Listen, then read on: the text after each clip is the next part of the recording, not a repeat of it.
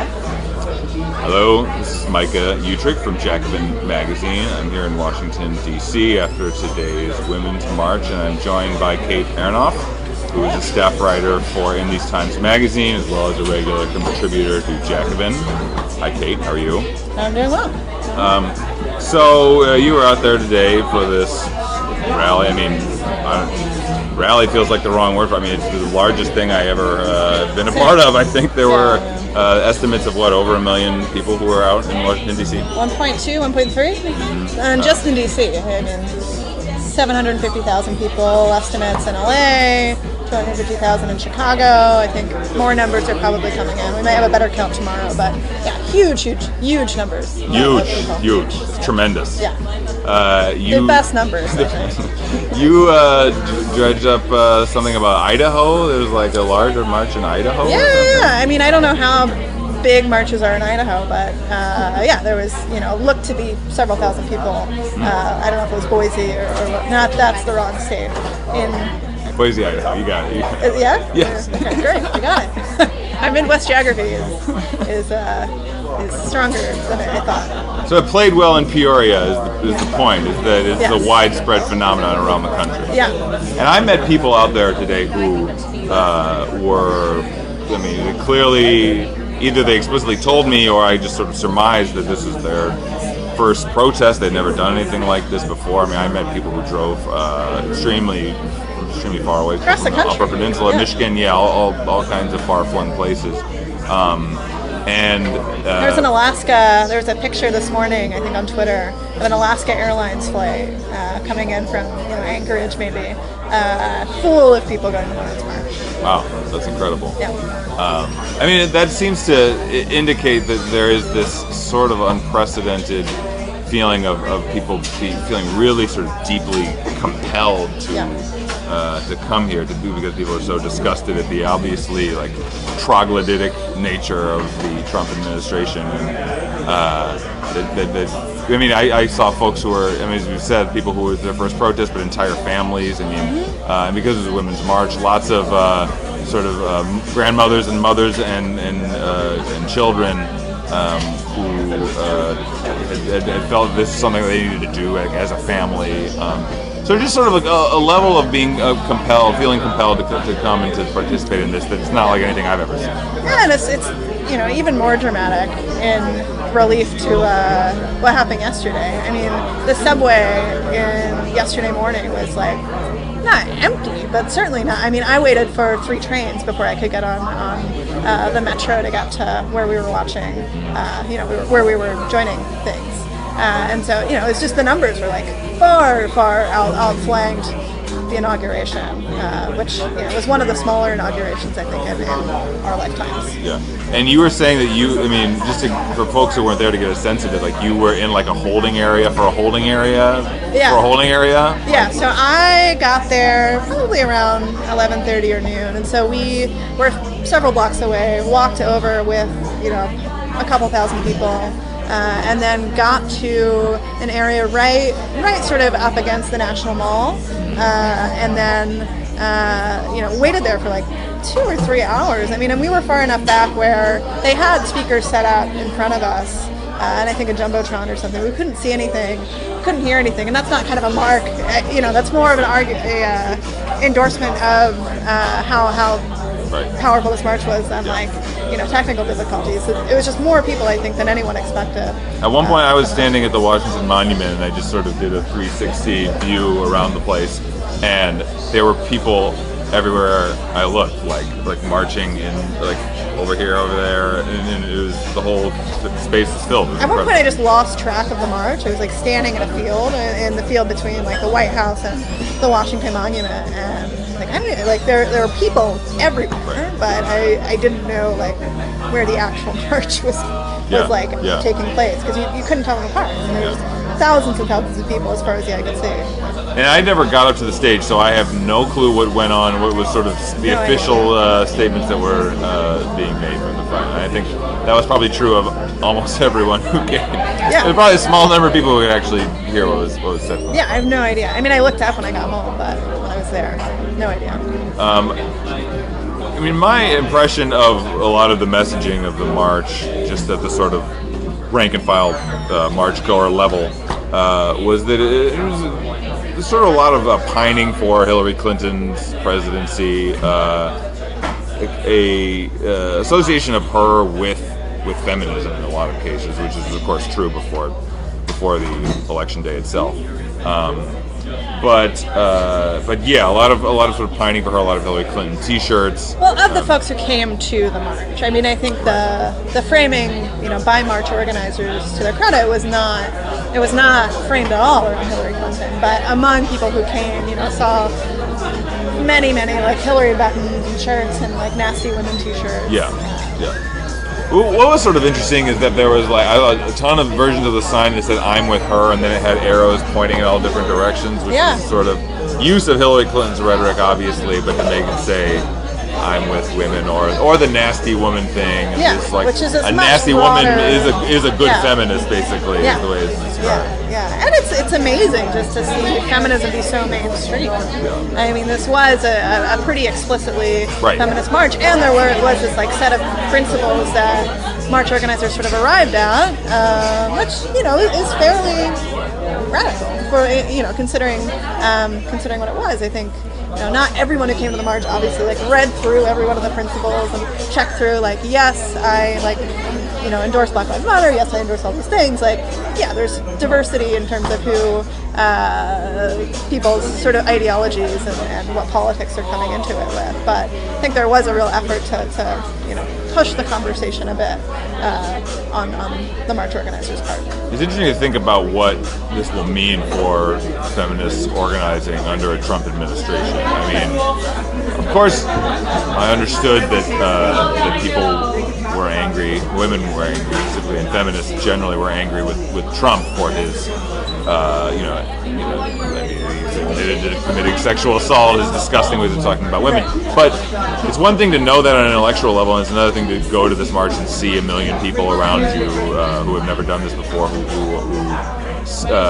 you hope that are going to continue to feel this impulsion to fight for women's reproductive rights and against sexual assault and all these things during his time in office. And what was the chant that we heard from the streets? The day one, something about on your first day we're not going to go. Welcome to your first day. We're not going to go away. Like that is the tone that is being set specifically in this march around feminist issues, but also on. I mean, and I think. Who's to say like what other framing might have drawn this many people? I think any kind of march against Trump would have gotten a big issue. But I think if there's one thing that the vast majority of people who are there today could agree on, it's the importance of reproductive justice and feminist issues more generally. Saw a lot of signs, which was like a sort of scientific drawing of female anatomy, saying "Don't tread on me." A lot of sort of yonic imagery in today's march. The irony, of course, is that being there today made you feel both the sense of how mainstream feminism has become, but it wasn't so mainstream that we chose not to elect that a president was not elected who ran maybe the most misogynist campaign in modern history. But I do wonder. I mean, it'll be interesting to see how this. I mean, I had assumed that generally people are incensed about a lot of issues around the Trump campaign, but when you can get 1 million people out and millions around the country out around feminist organizing specifically, I mean, of course it won't be some sort of socialist feminist agenda that they're all signing on to. It's not going to be the perfectly arrived at politics that we would hope to see in our utopia. But that it will. There is a lot of promise on that. A lot of promise. Yeah, I mean, I think the real something that'll be interesting to see in the next couple days and weeks will be what this momentum sort of channels itself into, and what types of work people are doing when they go home, because people often will come to a protest and that's their first sort of action. I mean, from the climate movement, the number of people who got arrested on the White House gate and then protesting the Keystone XL pipeline, and then became climate activists, became climate organizers for the next several years. It's huge. I mean, people go to protests and they get, that's like the idea that people, this is one thing that they do in ideally sort of a field of things, most of which will not make headlines like the Women's March did today, but, the sort of like long and slow and very unglamorous work of organizing.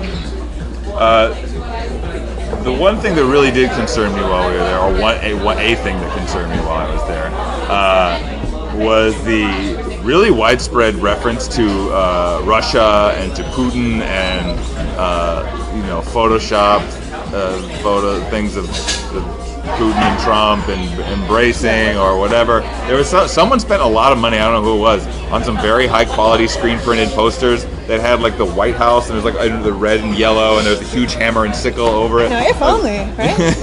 Well, I was like, but who cares about like that so much that they're, well, actually we could probably think of a number of people who care about it that much. I just want to say that it was remarkable to see how widespread this was. And lots of, stuff. People put a lot of work into it, like, I remember seeing one sign that said, Trump, let me put this in a language you understand, and then it was like multiple Comrade lines of Russian text, and Comrade Trump and all this stuff. And so, I mean, obviously there's been a lot of discussion about how this Russia-blaming narrative seeks to take attention away from the failings of the Democratic Party, right, of the kind of third-way centrist politics that Hillary Clinton represented. It exculpates them from really reckoning with what went wrong in that campaign. And to see that I knew that had been widespread in the liberal pundits and liberal journalists, but to see that had trickled down to the grassroots level, that people cared so much about that. It's one place where things really do trickle down. Yes. Like from CNN to people's politics. So that was a little worrisome to me, just to see how widespread this was, because it was all over the place. And I have a maybe slightly more optimistic / apathetic take on that. Yes, it's really sort of distressing just how much sort of liberal establishment and people, as we saw today, like more generally, are looking to really anything other than the flaws of third way politics to explain why Hillary Clinton lost. But I think in part it seems a bit like a grieving process. I mean, the left is going through this in different ways. Liberals are going through this in different ways, and people sort of around the spectrum are dealing with Donald Trump's presidency. Grieving denial is part of the grieving process. Yeah, right? Denial is part of the grieving process, and I think it's reality now that he's in office. He's in the White House. Wherever we are in relation to the White House, I don't know D.C. that well, but I think we may see some of that impulse start to fade now that he's really in office. Now that the task at hand cannot be focused on the Electoral College or these sort of like huge structural changes to the electoral process. Not that that's not useful, but I think people will start to really think, how do we actually resist Trump's agenda? And I think that's really what brought people there today. And so thinking sort of through that question brings you to a place of saying, it's not hopefully like, let's blame Putin. Let's go after Russia and start a second Cold War in our effort. It's a very roundabout route to get to resisting Donald Trump. Hopefully, and back to the point about people going back and organizing at home, folks will come to a better understanding of that through organizing, through struggle, which is, I think, how people learn best, is by actually doing things. Right, but if your idea of why Hillary Clinton lost the presidency is that there was this Russian interference and that Putin was meddling maniacally far away, then the conclusion to that is then we need to ramp up hostilities with Russia. We need to take a harder line on Putin. It's not that you need to go back to your community. Trump, enforce sanctions on Russia. yeah, exactly. Yeah, and that's a really scary prospect that that's what people are going to that seems like a logical jump that people... I maintain hope that won't happen, but I guess we'll see. Ever the optimism of the will. I try. So we're in the interregnum, right. or full barbarism.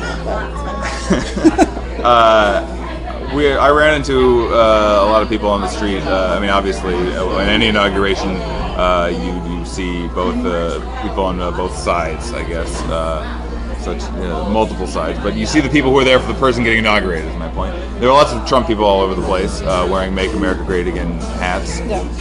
And it was interesting. I mean, a lot of them just seemed to be sort of trolling people, right, wanting to get in fights and that kind of thing. But I had a friend of mine who